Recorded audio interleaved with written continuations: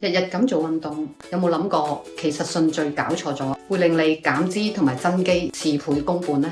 成日去 gym room，見到好多人一入去就去跑步機度狂踩，其實係咪真係咁呢？有研究話，先做重訓，再做有氧運動，燃燒脂肪會好好多。點解？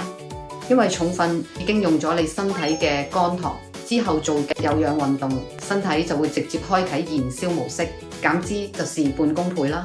仲有，先做重訓，唔會因為做咗有氧運動而搞到好攰，舉重嘅時候就冇力，表現就會受到影響。記住啦，有氧唔使做得太耐，20至40分鐘，中低強度已經夠啦。咁樣先至可以兼顧到肌肉同埋減脂，兩邊嘅效果都會更有效。